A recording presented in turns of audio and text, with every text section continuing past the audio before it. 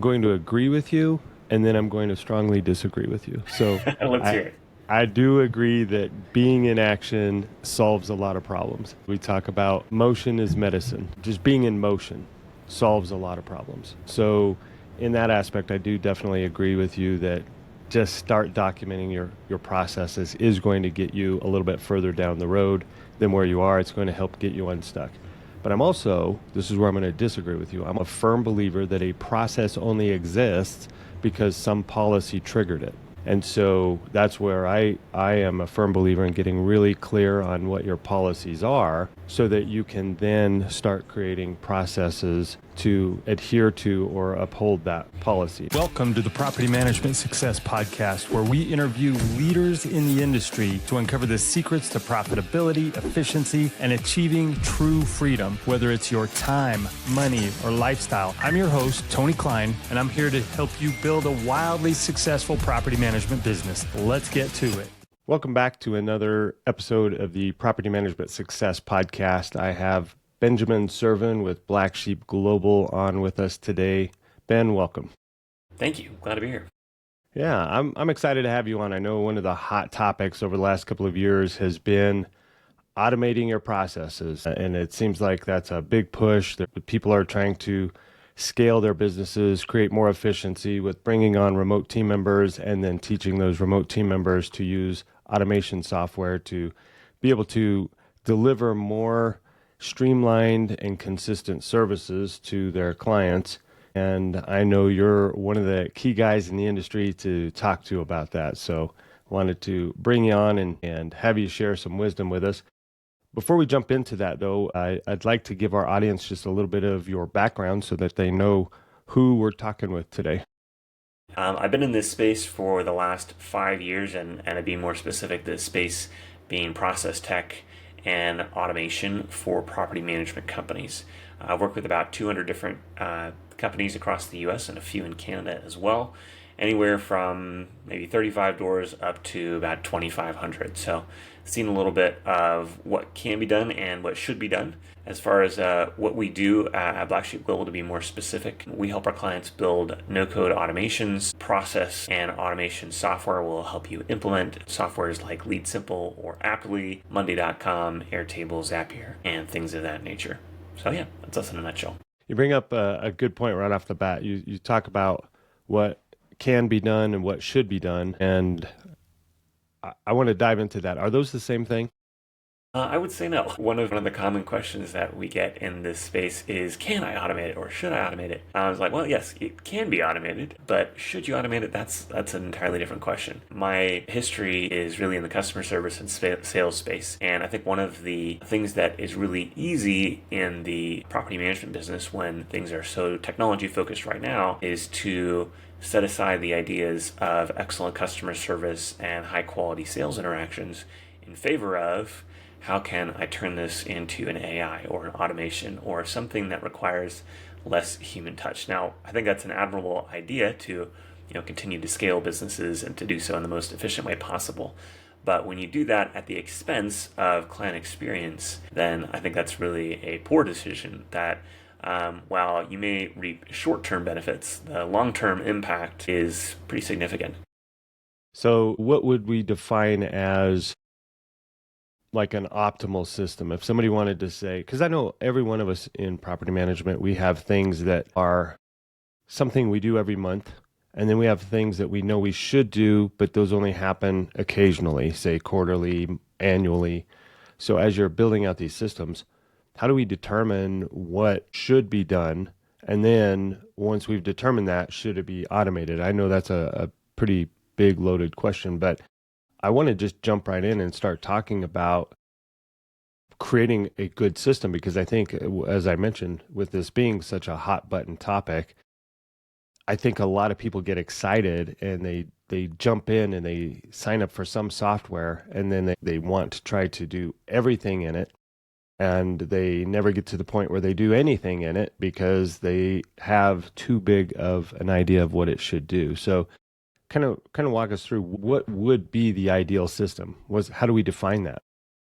Yeah, so Definitely a broad question, but I think one of the things that is important to consider is impact. And to kind of go back to your first question there about when is it appropriate to automate, I think the issue that you have to consider is the impact of the specific idea under consideration for automation. As an example, if you are talking about sending an automated message to your owners to let them know that, here is your payout for the month, that is very much something that can be automated. The impact of that, while certainly positive, and there's lots of good connotations around that, isn't a super high impact situation, right? Sending someone an automated message to say, hey, you just got paid. That's a very positive outcome, and there's very little emotion there besides positive emotion. However, if you consider instead something like a tenant who is past delinquent and you're considering whether you should evict them or not, that is a situation that the impact is a lot higher and the stakes are a little bit higher. So thinking about impact and stakes and emotion, to me, those are really kind of the key considerations when we're asking that question, should I automate this or not? And I think what my general rule is, if the emotions are going to be in the positive and there's very little possibility of there being construed a negative outcome, then I am going to look at automating it, unless it's a particular scenario where I want personalized feedback. So if I might use an automation to request some positive feedback from someone who leaves me a 5-star review, but I'm also going to follow up with that person with a personalized message or a personalized phone call to say thank you when they do that, because I want them to know how much that means to me. Does that make sense? It does. So I know you and I have spent some time talking about this in the past, so this is going to be a little bit of a softball lob for you right off the bat here, but we already talked about automating processes, but before we can automate something, we need to know what that is. And so we also have to create those processes, document those processes. How do you suggest that people, if they don't have anything automated, don't have anything documented, and they're like, I need to improve my business infrastructure, how do you suggest people get started with even just documenting the processes? What's the thought and maybe strategy that goes into trying to do that? Documenting processes does not have to be that complicated. I think most people, in the enormous presence of technology and the extreme availability of technology, see, wow, here's all these amazing tools that I can use, and then they buy all the subscriptions and they never get started. Or if they do get started, they get started on one process and they never really take it all the way to completion. So to me, this is more of a mindset thing than anything else. It's about changing your mind and becoming a process-oriented person. Rather than just, I'm going to make some processes for my business because that's going to make things easier. No, this really is about changing who you are. It's part of your identity, really. Now, along with that change in identity, there has to be practice, right? There's regulation, right? There are things that need to be done in order to become a different kind of person. I always remember this idea: if you want to be a fit person, you should act like a fit person acts. Or if you want to be a wealthy person, you should act like a wealthy person would act. And the same is true here. If you want to be a process person, you should think about, what does a process person do? How can I think about this in a very linear way? Or how can I document in your own way whatever this looks like? So for me, what that looks like in terms of process documentation is I'll sit down with a Google document and I will write out bullet points. I'll name my process, and then I have a series of questions that I'll go through. And, I've built thousands of processes, and so we have templates that we use to kind of save ourselves some time when we're building processes from scratch. In fact, if anyone listening to this wants those templates, I'd be happy to share them with you. Just reach out to me. You can hit me up on my website, which we'll leave links to later. But I think that really the key first step is deciding to be a process person. And then the second step is documenting your processes in the most basic form that they can be documented. I would do it electronically. I would not do it on paper. I would put it in a Google Doc or Word doc so that it's shareable, because that's another key part of the issue. Most of us think, okay, I'm a process person. I've got all these processes, but they're all locked up in your head, right? You can talk to the most organized people that you know, and they may be super organized in their own head. And that's great, but that's very unscalable. So digitizing it, making it accessible to other people is another key component of doing that initial process documentation. You mentioned you've automated or documented or helped people with thousands of processes. Is there a handful that you suggest that you start with? And is that based on impact or ease of use, sort of like these are our training processes. Once we get good at these, then we'll do something that's a little bit more complicated? Yeah, really good question.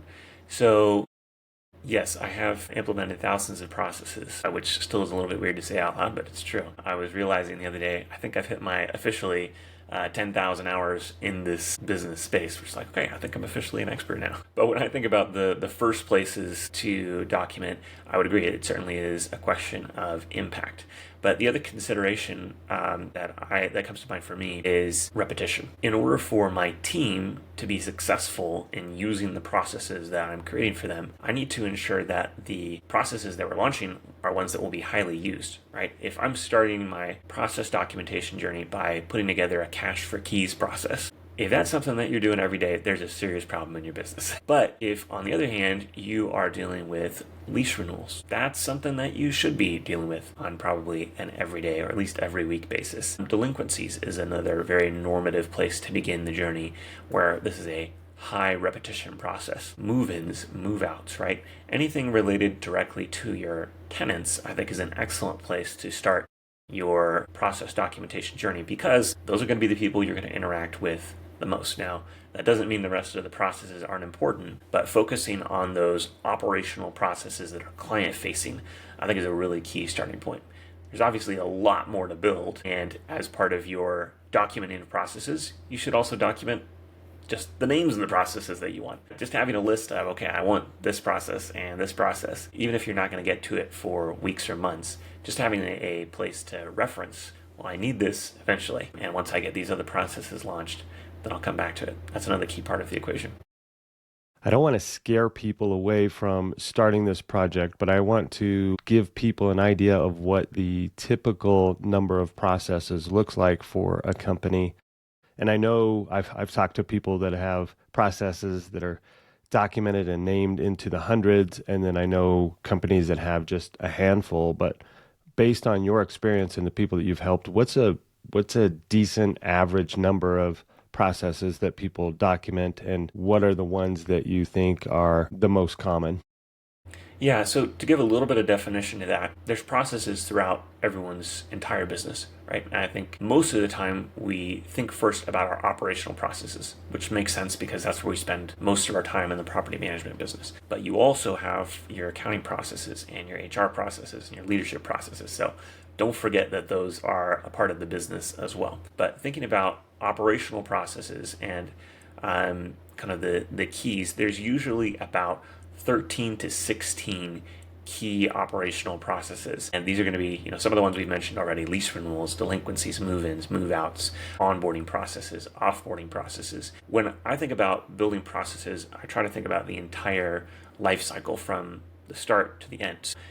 There's kind of your initiation, and then there's the muddle in the middle, and then there's the end, right? So you have your onboarding, your offboarding, that's your entry and exit, and then you've got everything that falls in the center of that, which can consist of a lot of different things. But like I said, onboarding processes, you need an owner, a property, and very likely a unit onboarding process. You're going to need a make-ready process. At some point, you might want a work order process to handle individual work orders outside of your make-ready. You'll need your marketing, your move-ins, your move-outs, your applications. If you separate your applications and screening, sometimes that becomes two processes. There's lease signing, which can fall into many different categories, right? It could be tied to your lease renewals, it could be tied to your move-ins. There's, your move-ins, move-outs, of course. I think I mentioned those a couple of times, but the processes just keep piling up. And so it really is worth putting it all on paper, because you can see, even me, I've done this, as I mentioned, many thousands of times. If I don't put it all on paper and have it in front of me, it's hard to keep it all straight in one coalescent view, because there is a lot of different things that are happening in the business. So I think documentation is another really important part of the equation of just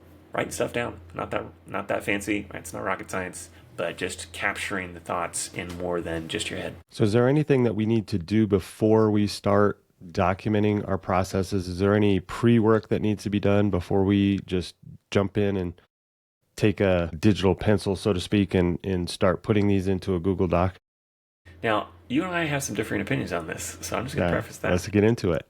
But I would say no. I think it's actually really important to just get started. With that goal of becoming a process-oriented person, I think it forces you to grow into building policies for your business. Now, there's certainly the chicken and the egg question here, right? Which comes first? And I think for in an ideal scenario, right, you start out with your policies, you build your vision, you have all of these things, and then you start your business, right? But that's really not feasible for most operators because they're already operating. Now, that doesn't mean they don't need policies and they don't need vision. They absolutely do. But at the same time, they also need processes. So to me, I think it's really something that you can do alongside of each other. I would start with the processes. That's how my brain works, to start with, okay, let's look at our onboarding process first. And then wait a minute, we need a policy for this scenario. So let's write a policy because this is important and make sure that's documented. And then we continue with our process and discover the policies that we need as we go along. I'm going to agree with you, and then I'm going to strongly disagree with you. So And let's hear it. I do agree that being in action solves a lot of problems. So in the running world, we talk about motion is medicine. You know, when you're in a slump, when you're stuck, when you don't know what to do, when you just can't get over that hurdle, just being in motion solves a lot of problems. So in that aspect, I do definitely agree with you that just start documenting your processes is going to get you a little bit further down the road than where you are. It's going to help get you unstuck. But I'm also, this is where I'm going to disagree with you, I'm also a firm believer that a process only exists because some policy triggered it. And so that's where I am a firm believer in getting really clear on what your policies are so that you can then start creating processes to adhere to or uphold that policy. Now, I do agree with you about the chicken and the egg. It does happen simultaneously. I just think that in absence of clear policy, your processes become irrelevant because one of the things, and I want to give you a chance to have a rebuttal, but one of the things that I'm really focused on is making sure that our team members know what we do and why we do it before they know how we do it. Because there's been multiple instances, especially recently, where software has gone down, software has gotten buggy, and then teams don't know what to do. They don't know a workaround. It's kind of like on a football team when you run a play. Well, if somebody fumbles the ball, we all need to know the ball's on the ground. What are we supposed to do? Are we supposed to pick it up and run, this way, or pick it up and run the other way? And that's going to depend on what our team is and what our policy is. So I'll give you a chance to respond to that if you want, and then I've got a follow-up question. Yeah, so I think I agree with you more than I would disagree, but I think I might change the verbiage slightly. And the way I would change it is rather than saying policies, I would say principles. And I would look at the principles of how the business is run. As an example, when I think about principles of good customer service, is very simple. Set clear expectations and be a good communicator, right? It's not that challenging. It's a relatively simple thing to do. It's just hard. And so for me, the way I tend to approach this is try to focus more on the principles than the policy, so that when that chaos does happen, because it has and it will, then even in the absence of a perfectly working system, there are principles of, okay, well, this is who we are and how we do things. And I think, again, policies and principles probably can mesh together pretty well in terms of ideology there. But yeah, love your thoughts there, Tony. All right, so I actually separate those out. So now we're going back to that framework that we talked about, where you and I have had these discussions in the past, where I do agree with you that policies should be set and determined by your principles. And that's why in our business, we start with, when we're coaching people, we start with helping them with the game plan, which includes their core values, which principles, your company mission, your company vision, your target client profile, and then your preferred income or revenue streams. And we determine all of that, and then we start building policies on top of those. So I agree. I think we're in alignment. I think we just kind of slice, we have the same loaf of bread, we just slice it differently, I think. So, okay. So I know that you had mentioned that you've been doing this for a lot of people, a lot of policy or a lot of processes. And I know there are people who are very analytical out there that are working on their processes. And I want to get your opinion on how much of what actually happens in our day-to-day should be in a process. Should we think of every single possible scenario and build that in so that the team knows what to do? Or should we build our process for, say, the common 80%? And then if we only build it for the common 80%, what do we do when we encounter the other 20%? Yeah, love that question. 80% is actually the exact number that I was about to say. I think it really is about 80% of your business that needs to be turned into processes. For the additional 20%, I think this goes back to hiring and cultural fit and understanding of your principles and hiring people who will do the right thing based on your company values. I'll share a little personal story here. Many years ago, I worked for a company called Blinds.com. And when I was new at Blinds.com, I was still learning all the policies and procedures. And one of the policies that we had was called the satisfaction guarantee. And our guarantee was that if you made a purchase and if you were not happy with your product, and the verbiage was not happy with the product that you received, then you could receive a full refund for up to, I think it was 10 items if I recall correctly. So I received a call from one of our clients who had received an order of custom shutters, if I recall correctly, numbered in the near $10,000 range of purchase. And as a new, fresh kid learning the systems and policy of the company, I encountered this situation. I was like, oh man, what am I supposed to do? This is a lot of money, but these people say they are not happy. What do I do? So what did I do? I went and I talked to my manager. I'm like, okay, here's my situation, right? I need some input. This is what I think I should do according to policy, but here's my conundrum, right? This feels like a lot of money. This feels like a big thing. What should I do? And my manager, to his credit, said, do what you think is the right thing.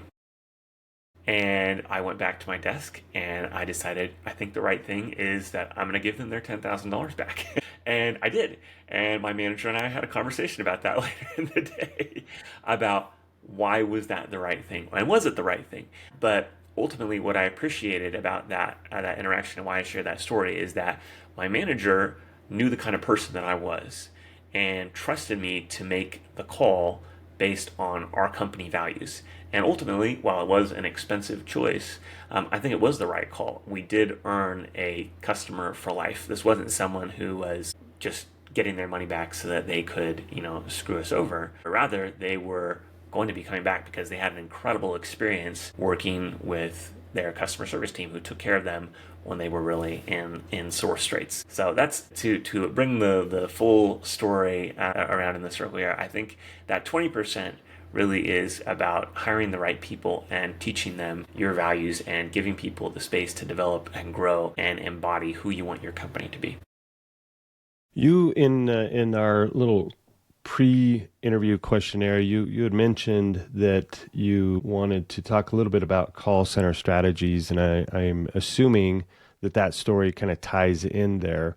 But you bring up a really good point, because one of the things that I try to do when I'm coaching my clients is we lovingly say that I'm in the entrepreneur extraction business, meaning my job is to extract the entrepreneur from their own operation and build a good, strong team that can operate in their absence. And one of the things I really like about your story is that you did have a manager that did exactly that. He was trying to equip you to be able to make these decisions in the future. Instead of being the one genius with many assistants, he's trying to create empowered people on his team that can make these decisions and essentially remove him from needing to be involved. And so how do you think that we as company owners can go about doing that in a manner that builds a strong team, but also doesn't jeopardize the foundation of the business and have people running around making decisions where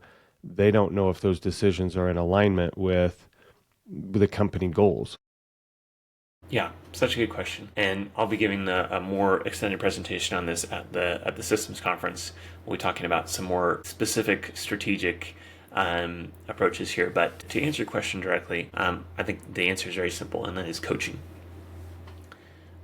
individual team members within the company need a way to self-develop. Most of us, by default, aren't inherently great at examining our own weaknesses. And so having some type of very, for lack of a better way of saying it, safe place to have a conversation about self-improvement and how to make better decisions, I think is a really key component that I greatly appreciated during my time working in call centers. Having someone who can kind of coach me through making the right decision, or to look in the mirror, right, and to help me self-examine my own performance. One of the things that we did, and one of the things that I do with my team, is regular weekly coaching, where we sit down for 30 minutes or so, and we'll talk through what's going on in their life, what's going on in their work. Is there anything that you'd like to get better at? And there's a specific question to ask your team here, and it is this. You would want, it'd be ideal to have a specific challenging scenario in mind when you ask this question, which your team member can probably provide just from their previous day's work. But you would ask them, if you had to do that again, is there anything that you would do different? And this question invites that team member to self-examine. And then, of course, if they respond and say, well, no, I wouldn't have done anything different, that's great. I'm glad you feel really confident about your abilities. Would you mind if I shared a couple of observations that I had? And the beauty of this question is that it's not condemning in any way. If your team member is so self-confident that they can't see their own weaknesses, then maybe there is an opportunity to share some feedback and say, hey, well, just a little outside perspective here, this could have been a little bit smoother. Or, what do you think would have happened if you had said this instead of what you did say? Now, you can also ask a similar question, which is very condemning, and I would encourage you to be careful of this one because it really indicates that the team member did something wrong. And it is a very similar question as, if you could do that again, let's see, I'm going to mess it up. If you could do it again, what would you do differently?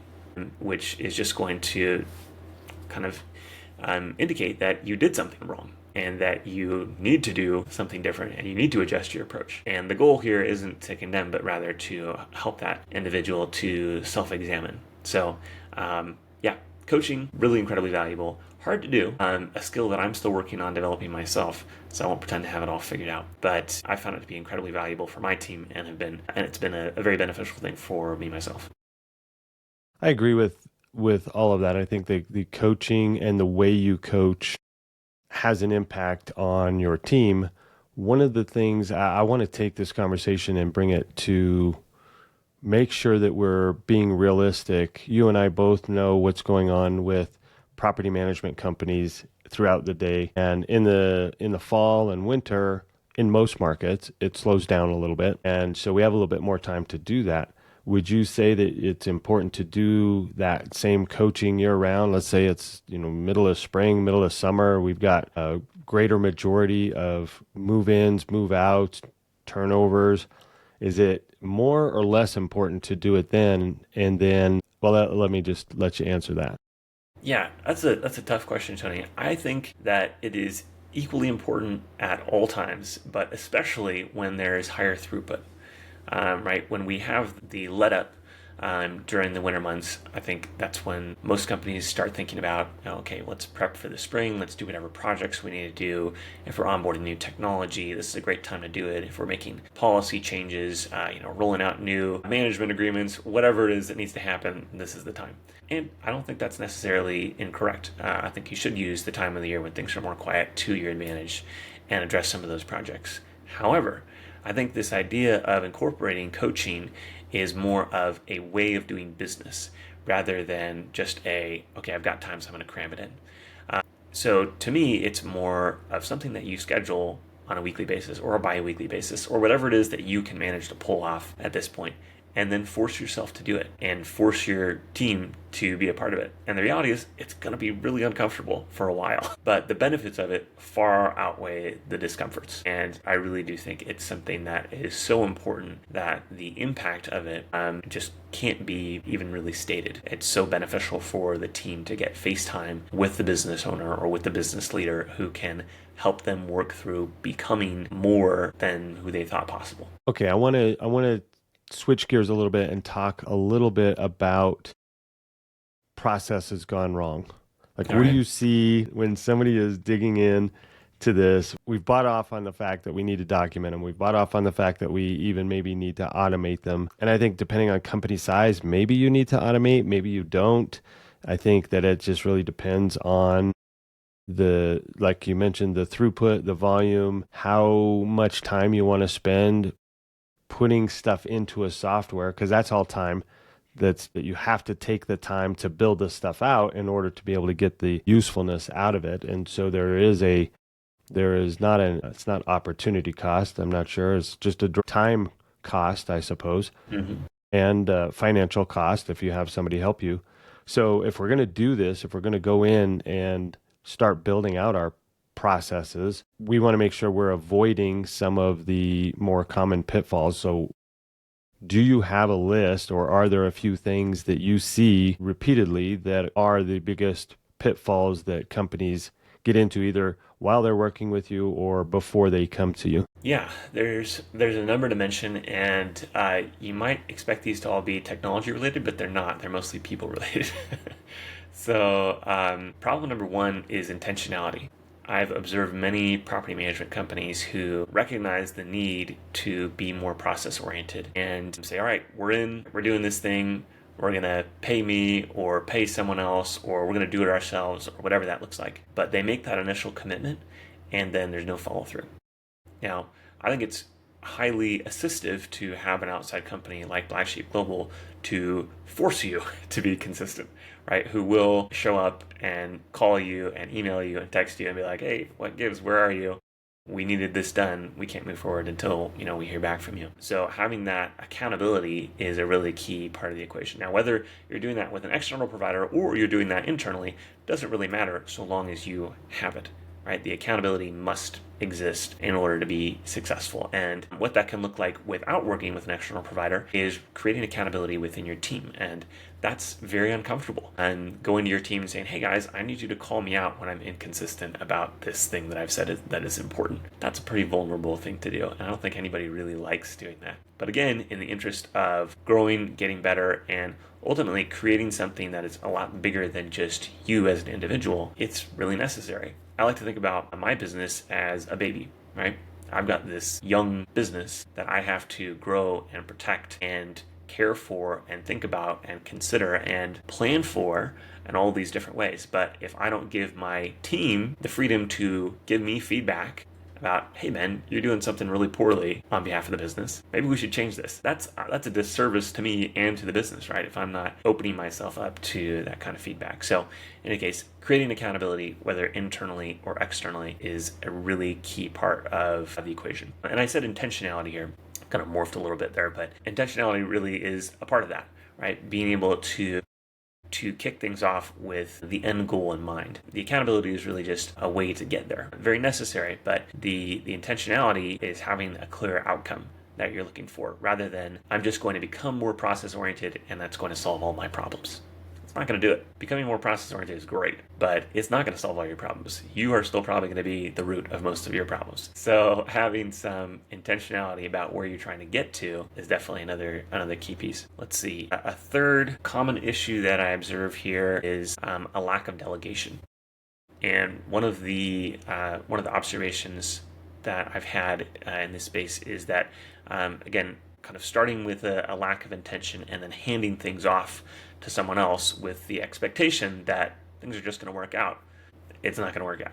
You may be delegating 100% of something that you really only need to delegate 80% of. Or you may be delegating 10% of something that you need to delegate 80% of. There's many cases where the business owner will stay in the primary process documenter seat, which is not a bad spot to be. But they may not need to be in that seat, especially in a larger business. You really ought to have someone else who's in that seat, maybe your director of operations, or if you have someone internally who really is your process person. On the flip side, if you're a smaller business, you may not want to be in that seat because you've got so many other things going on, so you hand it off to one of your junior team members, and they don't have all the context or ability or authority to do everything that needs to be done, so you may need to be more involved. So it's not there's not necessarily a clear answer here, I think, Tony, but I think this is where working with people like you or me can help provide business owners with some clarity around what is the best approach based on my particular circumstances, and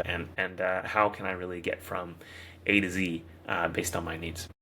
I want to dig into something that you said a little bit, because I've got a pretty strong opinion on who should own what in the process documentation process. And so I want to get your opinion. Is it better to create the name of a process? So let's just say lease renewal, and we're just going to use that as an example. So we're going to create the lease renewal process. Is it better for me as the owner of the business to stay up, work nights, work late, work on it for 3 months, and then say, here it is from on high, I've created this new process for you all to follow? Or is it better to tell your team, we are going to document our lease renewal process, go and document what we're currently doing or what you think we should be doing in order to properly follow a process? Or is there some mix of those two? And if it is a mix, what would that look like? Yeah, so I would typically fall in a more hybrid approach there. I think there is some level of the business owner needing to lead the charge. However, the reality of the business owner not having all the context is just the way it is, right? As businesses grow, the whole idea is that the business owner is becoming less involved in the day-to-day. So if the business owner says, hey, I'm going to create a day-to-day process, you're going to be missing some really important pieces of that you just don't know about. And that ultimately has to become an exercise in humility, right? So I think that the hybrid approach is that the business owner leads the charge in all right, guys, we are doing this and I need your help. And that's when you pull in that team member who has the most context and you work collaboratively. And I think having that collaborative approach creates a lot of camaraderie, but it also creates a lot of investment in the process that you wouldn't otherwise have from your individual team members. And when they have a voice in what that process looks like, and not necessarily a policy decision per se, but if they're able to speak into the way that the process actually works mechanically, then that's a way for them to invest in the process and be much more serious about it launching when it does launch. There's some studies out there that talk about when people help create something, they are more supportive of it. Absolutely. And so I think that that's a good approach. Well, we've talked a lot about processes today. I know that there's a couple of different areas where we have processes. We have processes in operations, but there's also the area of business development. And I wanted to just get your take on business development in general in property management. And I'll kind of turn it over to you to take that conversation where you'd like. All right. That's a broad opener. Okay, so business development in property management. Well, I'd be remiss if I didn't mention some of the fantastic providers out there like RentScale and BizDev Mastermind that help you develop this as part of your business. While we do help our clients in developing workflows related to sales and business development, if you're thinking about hiring someone to do this for you, to be your business development person, then I'd encourage you to talk to one of those providers or both of them. But when we think about kind of the process issues here, the things that could be improved, I think the reality is the process issues here are far less technology related and more people related. One of the common tropes in the property management and truly in every business is that salespeople are pretty anti-documentation. Not that they are unwilling to do so, but in practice, they just usually don't. And so I find that it's really important to develop your sales processes in a way that is friendly to the business development people who are working those sales processes. It's very important that we are capturing information like who we're talking to and the content of our conversation and what are the next steps and things of this nature. However, if we create an operational process with all sorts of complexity and conditional logic and fun automations and things like this, your salesperson is far less likely to use that, number one, and number two, to even gain any value out of that. Now, there's obviously a transfer in the relationship when you close a sale and you move to an operations person who's handling that relationship in the future. And I think that is really a key point that deserves a lot of attention, because you're going from this relationship of high trust, high likability. They're buying because they like and trust that salesperson, and that's why their name is on the contract.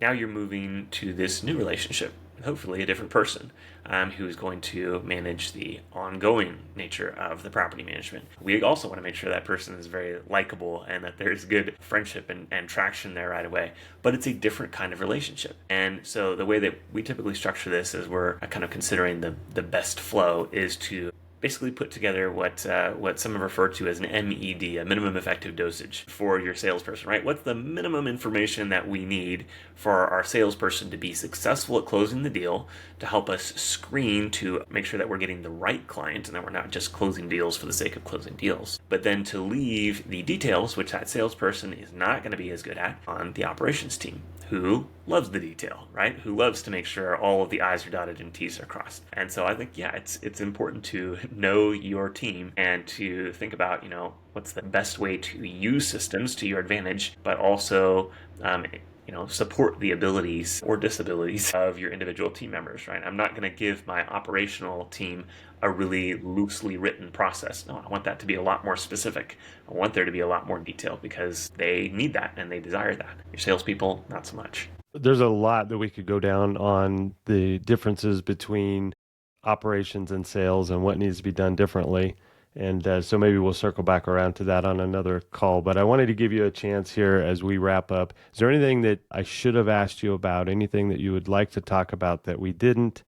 And then I want to make sure we give space for you to let people know how to reach out to you if they had more questions about processes or any of the other services that you offer.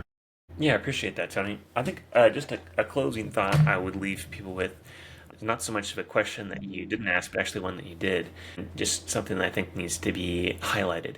And that is that the value of processes is in their use, not in the documentation. So create processes and use them. If you don't use them, it's not worth squat. And I'll leave it at that. All right, that's well said. Okay. Let's give people a way to reach out to you if they have any questions, and we'll certainly put whatever information you'd like us to provide in the show notes. But is there anything you'd like to put on the recording here of how to get a hold of you? I know you mentioned offering to let people have access to a couple of your tools or resources, and so wanted to give you space to talk about that as well. Yeah, absolutely. If you are interested in getting those resources, I'd encourage you to join our process community. Believe it or not, there are people who like to hang out and talk processes even more than just this podcast. So it's the website is processesmadesimple.io. You can join us there. We have a private Facebook group where we meet several times a week to talk about process and technology and team development and all sorts of fun things. And we also have lots of resources that are available within the Processes Made Simple community, including but not limited to the worksheets that I mentioned a little bit ago for documenting your operational processes. You also find lots of information, past recordings, details on how to build different automations, and all sorts of other fun stuff. You can also find out more about me on my website, which is benjaminserven.com. All right. Well, with that, I think that's a wrap. Benjamin, I really appreciate you coming on. I look forward to seeing you out at the Systems Conference and a little bit of a sneak peek. I look forward to hiking the Grand Canyon with you coming up here in June. Very excited for that. Really looking forward to it. It's going to be a lot of fun. All right. Well, that's it. Thanks again for being on, and we'll talk soon. That's great. See ya. Bye. Thanks for tuning in to the Property Management Success Podcast. We'll be back with another value-packed episode to help you level up your property management game. If you've got something valuable out of today's episode, please share it with a friend or colleague, and don't forget to subscribe and leave a review so you never miss out on future insights and strategies and tactics. Until next time, here's to your success.